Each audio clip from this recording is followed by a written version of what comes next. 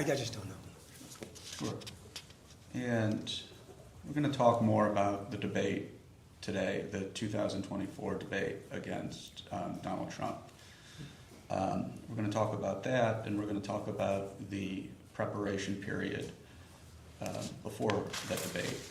But when we spoke to Mr. Klain said he arrived at Camp David to prepare Joe Biden for that debate, and he described him as exhausted. Is that how you remember President Biden being during that week before the debate?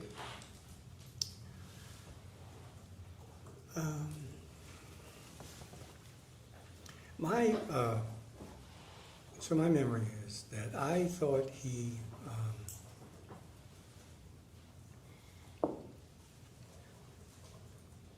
was tired. He had been to France for the D-Day celebration. He then came back and then went back to Italy, where there was I can't remember, was it G20 or G7 on the Gs. Came back. Actually, on the way back, flew directly from, I believe, and I could be wrong, but I believe he flew directly from Italy. He stopped, I think, at Andrews and then continued on to Los Angeles. Then after that, I don't remember if he went back to D.C. or I don't remember when debate camp started. So he had a lot of travel. And of course, his whole presidency had been quite consequential, I thought, in terms of the number of things he was dealing with. Being at home or overseas. My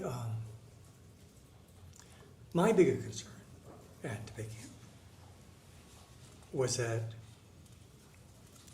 he seemed to me like he was fighting a cold.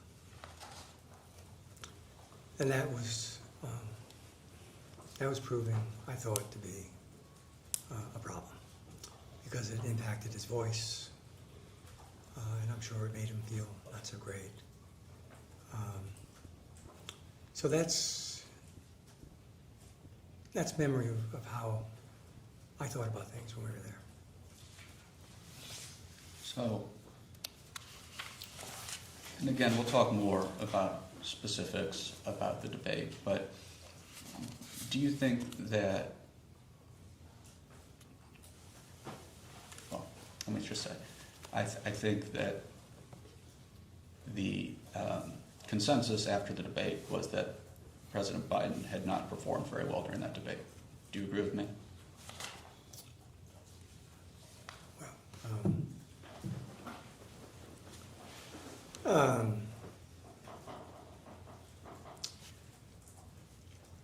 Well, the consensus,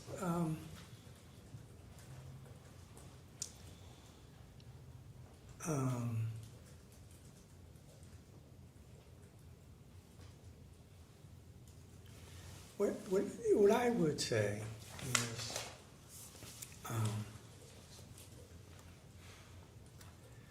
I think there was a consensus in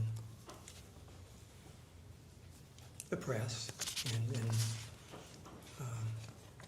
many folks in the political community that it had not gone well for the president.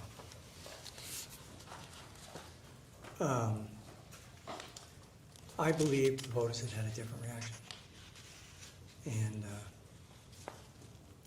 that they had a much more measured response, I thought, to what they saw.